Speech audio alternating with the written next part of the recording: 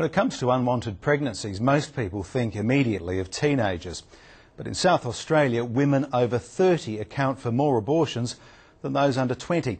That figure has sparked a new campaign for the older age group to re-educate them about fertility, contraception and sex. Caroline Winter has the story.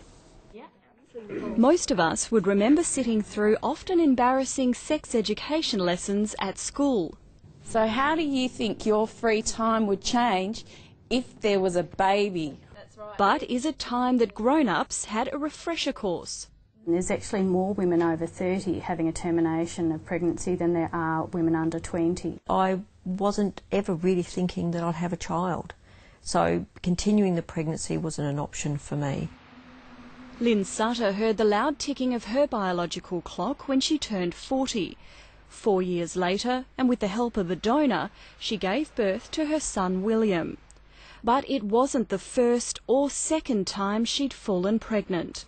In her 30s, Lynn Sutter had 2 abortions. I had an unplanned pregnancy, which was a complete shock for me. I did actually believe, which sounds crazy now, did believe that I actually couldn't get pregnant because I'd had a lot of unprotected sex over the years, and the procedure went well. Yeah. And then 3 months later I was confronted with another pregnancy. After probably many weeks, probably lots of weeks, I did terminate the pregnancy. Have you had fun with the project? She says despite what she's been through, she stands by those choices. I spent many years, wanting to have a child a long time down the track, and I still not regretted the decision I made because it just wasn't right for me at that time in my life. Lynn is now a counsellor at Shine SA, where she helps people answer those and other hard questions about their sexual health. I really do believe it's the hardest decision women have to make in their life, but to actually go through the steps, phoning up, going for a procedure, and for many women who've actually had children, that dilemma's really hard.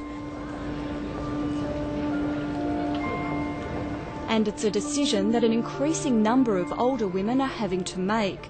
Flinders University researcher Wendy Abigail has worked in the area of terminations for more than 20 years. Her breakthrough research in 2006 found a significant rise in rates for women over 30 over a 10-year period in Adelaide. Most recent figures for South Australia show of the 5,000 abortions in 2009, more than 1,500 or a third were by women in this age group. Generally people are judgmental about women over 30, presuming that they should know it all by the time they get to 30.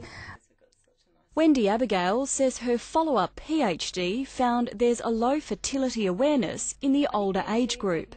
She says in some cases women sought terminations because contraception failed them or they weren't using it all the time.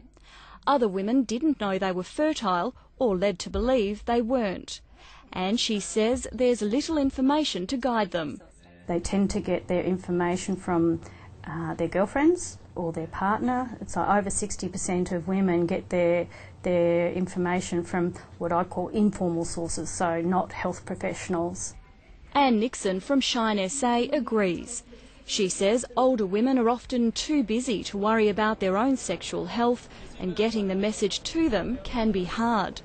Unlike our work with young people in schools who are a bit of a captive audience, for the young adults we aim for sort of pubs and clubs because you'll mostly find them there. But women over 30 are incredibly busy, and if they're engaging with health services, it's very often on behalf of their kids, not necessarily themselves. You can't get pregnant if it's your first time. If you've got your period. If he doesn't come. If you're too old. If you've never been pregnant before. She'll be right. To help re-educate this difficult-to-reach age group, Wendy Abigail has collaborated with health workers in Adelaide's southern suburbs and, with a Flinders University grant, has developed 4 advertisements about fertility awareness and management. You've changed as you've grown up. Has your contraception kept up? The videos, Contraception, Is It Working For You?, will be screened in GP waiting rooms and online. Alison Wotherspoon produced the campaign and says it was important to be sensitive to the over 30s and put a positive spin on the message. By using humour in the ads, you could actually sort of take the pressure off contraceptive and say, look, everybody's busy, stuff happens all the time, and what can you do about it? With the age of first-time mums rising to 30 in recent years, those frontline say it's time now more than ever to target these women. Women's health and women's reproductive and sexual and reproductive health has really fallen off the trolley in terms of attention and funding. The National Women's Health Policy, released in December 2010, highlighted women's sexual and reproductive health as a priority area. But Wendy Abigail says since then, things have gone quiet.